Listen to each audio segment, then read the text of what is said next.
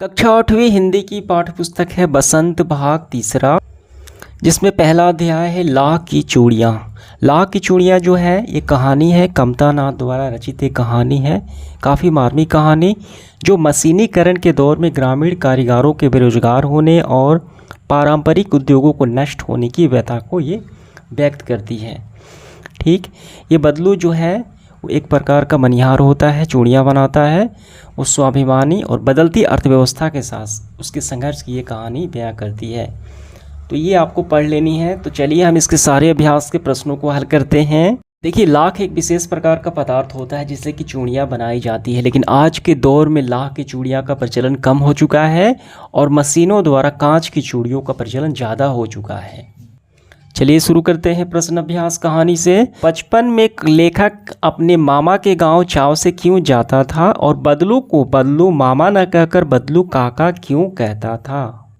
देखिए, इसका उत्तर हम ऐसे करेंगे। जो लेखक है कमता नाथ, वो कहते हैं कि मुझे अपने मामा के गांव जाने का बड़ा चाव यही था कि जब मैं वहां लौटता था तो मेरे पास ढेर सारी गोलियां होती, रंग बिरंगी गोलियां थी जो किसी बच्चे को मन मोह ले। वैसे तो मेरे मामा का गांव जो है गांव का होने के कारण मेरे मामा के गांव का होने के कारण मुझे बदलू को बदलू मामा कहना चाहिए था, परंतु मैं उसे बदलू मामा न कहकर बदलू काका कहता था, जैसा कि गांव के सभी बच्चे उसे कहा करते थे। इसी कारण मामा के यहाँ जाते तो वहाँ एक बदलू नाम का कारीगर था। ठीक है, मामा के गांव के होने के कारण बदलू मामा ना कहकर बदलू काका कहते, क्योंकि बहुत सारे बच्चे जो हैं उसको काका ही बोलते, इसी कारण। ये पूरा आपको आंसर यहाँ तक कर लेने हैं। दूसरा सवाल देखिए, वस्तु विनिमय क्या है? वस्तु विनिमय की प्रचलित पद्धति क्या है? वस्तु विनिमय होता है कि आज से बहुत साल पहले जब हम किसी वस्तु का खरीद बिक्री करें तो वहाँ रुपया पैसा ना होकर, करेंसी ना होकर वस्तु ही लेन देन होती थी। जैसे कोई मिठाई बनाता है, ठीक, यानी मिठाई बनाने वाला होता है कारीगर, और किसान से उसे अगर गेहूं खरीदनी हो तो किसान को मिठाई देगा और किसान उसके बदले मिठाई ले लेगा। ऐसे होता था, एक वस्तु के बदले दूसरी वस्तु लेन देन। ठीक, यही होती है वस्तु विनिमय। तो विनिमय की प्रचलित पद्धति क्या है? इसकी अब प्रचलित पद्धति हो गया है रुपया पैसा, करेंसी। इसका आंसर कैसे करेंगे हम? इसका उत्तर हम ऐसे करेंगे, जब किसी एक वस्तु के बदले दूसरी वस्तु का लेन देन होता है तब उसे वस्तु विनिमय कहते हैं। इस समय इस पद्धति का स्थान रुपये पैसा ने ले लिया है। ये हमारा आंसर हो गया इस दूसरे सवाल का। अगला सवाल तीसरा है, मशीनी युग ने कितने हाथ काट दिए? इस पंक्ति में लेखक ने किस व्यथा की ओर संकेत किया है? उत्तर लिखेंगे हम, लेखक ने कारीगरों की दुखद व्यथा की ओर संकेत किया है। पहले काम कारीगरों के हाथ, यानी पहले काम जो है कारीगरों के हाथों से होता था, लेकिन अब मशीन से होता है, जिसके कारण बहुत से कारीगर बेरोजगार हो गए हैं, यानी यही उनकी व्यथा है। 4 नंबर है, बदलू के मन में ऐसी कौन सी व्यथा थी जो लेखक से छिपी ना रह सकी? उत्तर लिखेंगे हम, मशीनी युग के आने से लोगों को कांच की चूड़ियाँ ज़्यादा पसंद आने लगी, जिसके कारण बदलू बेरोजगार हो गया। लोग हाथों से बनाई हुई चीज़ों से ज़्यादा मशीनों से बनाई हुई चीज़ें पसंद करते हैं। यही व्यथा जो है लेखक से छिपी ना रह सकी। इसके बाद 5वां, मशीनी युग से बदलू के जीवन में क्या बदलाव आया? हम लिखेंगे, मशीन युग आने से बदलू का पैतृक व्यवसाय जो था लाख की चूड़ियाँ बनाना, पूरी तरीके से बंद हो गया, जिसके कारण बेरोजगार हो गया, उसकी आर्थिक स्थिति खराब हो गई। कांच की चूड़ियाँ के चलन ने उसकी कला को महत्वहीन कर दिया, जिसके कारण लाचार, बीमार और समय से पहले वृद्ध दिखने लगा। ठीक है, अब इसके बाद कहानी से आगे वाले सवाल देखिए। आपने मेले बाज़ार आदि में हाथ से बनी हुई चीज़ों को बिकते देखा होगा। बिल्कुल देखा है। आपके मन में ऐसी, यानी किसी चीज़ को बनाने की कला सीखने की इच्छा हुई हो, कोई कारीगरी सीखने का प्रयास किया हो, उसके विषय में लिखिए। देखिए, इसका उत्तर हम ऐसे करेंगे, मैंने मेले में मोतियों के गले में पहनने वाले माला को ठीक बेचते देखा था, जिससे देखकर मेरे मन में इच्छा जगी कि मैं भी ऐसे ही अपने हाथों से मोतियों की माला बनाऊं। हो गया। दूसरा है, लाख की वस्तुओं का निर्माण भारत के किन किन राज्यों में होता है? लाख की चूड़ियों के अतिरिक्त क्या क्या चीज़ें बनती है? हम लिखेंगे लाख की वस्तुओं का निर्माण सबसे ज़्यादा उत्तर प्रदेश में होता है। लाख से चूड़ियाँ, मोतियाँ, गोलियाँ तथा सजावट की वस्तुओं का निर्माण होता है।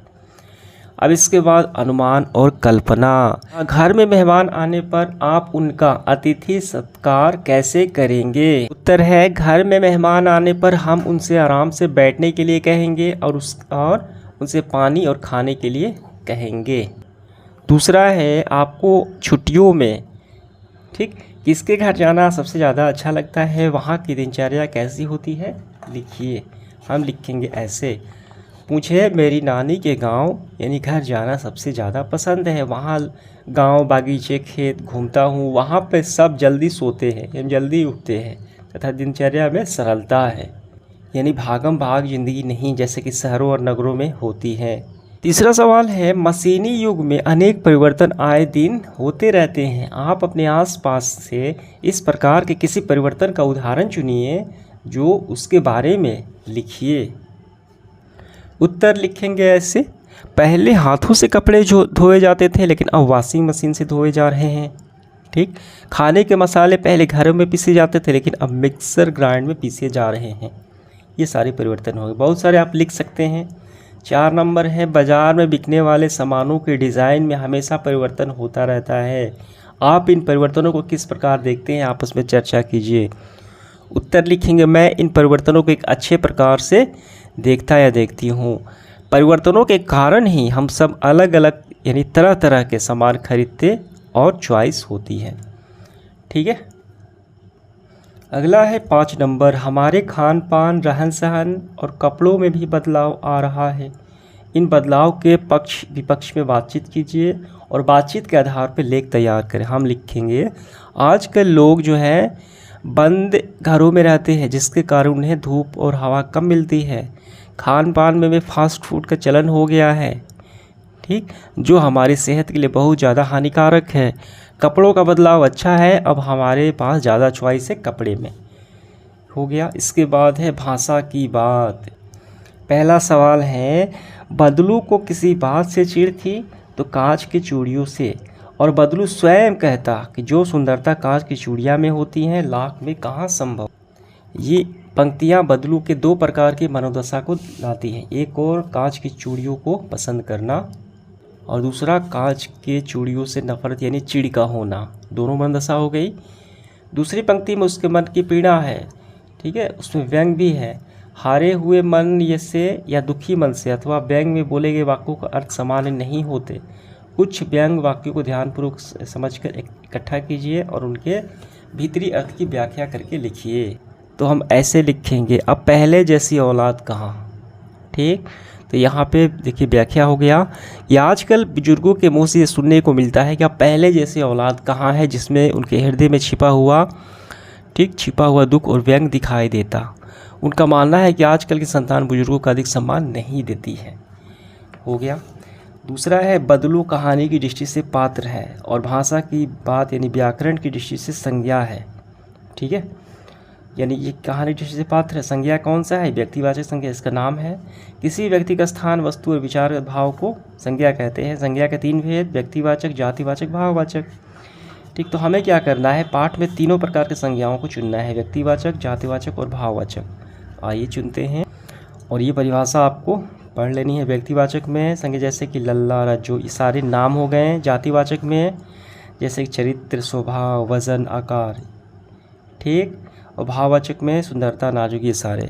तो व्यक्तिवाचक में लिखेंगे, देखिए किसी का नाम बदलू, जनार्दन, रज्जो। जातिवाचक में आदमी, आदमी की जाति, मकान, शहर। भाववाचक में स्वभाव, व्यथा, रुचि, सुंदरता, ये सारे हो गए। ठीक है। तीसरा है, गांव की बोली में कई प्रकार के शब्दों उच्चारण बदल जाते हैं। कहानी में बदलू, ठीक, वक्त यानी समय को क्या बोलता है? वक्त। उम्र को यानी आयु, उसको बोलती है उम्र।